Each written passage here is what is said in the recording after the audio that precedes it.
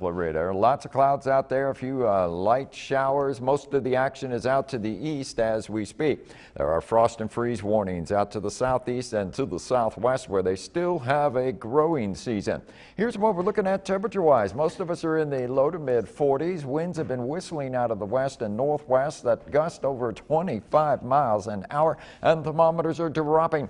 And as you hit the football fields tonight, it looks like we're going to start the games off in the upper 30s and probably drop down to about 37 degrees by halftime.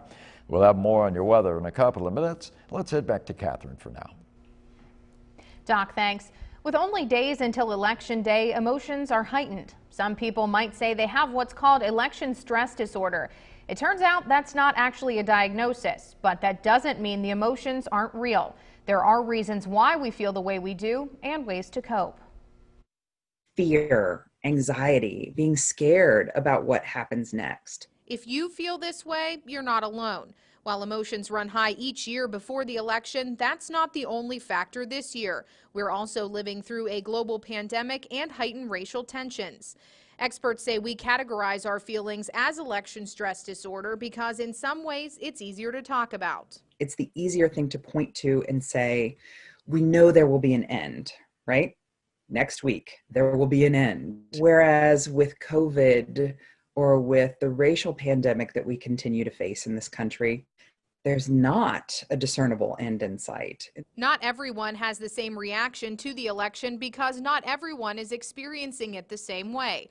And that's partially due to social media channels. We're always on them, which is also making it more difficult to escape the stressors. It's kind of like whatever's happening on our social media devices, it never really goes away. While social media isn't all bad, it's designed to keep us coming back, not necessarily to have a feel-good experience. When something's making us feel bad, for us to sort of look for solutions and look for ways that we can anticipate more problems, it really makes that tendency of us to constantly be seeking information go a little bit out of whack, and that only just feeds our anxiety, unfortunately.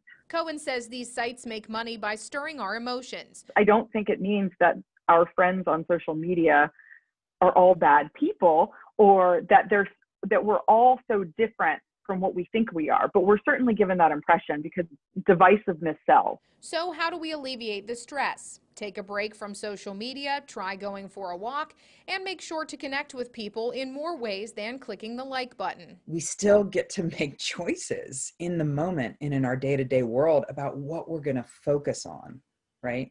And if we focus on fear, that's going to generate a lot more fear in our experience. If your feelings of stress at this time turn into feelings of helplessness, hopelessness, or even thoughts of self-harm, that's when it may be time to seek help. You can text the crisis hotline at 741-741 or call the National Suicide Hotline at 1-800-273-TALK.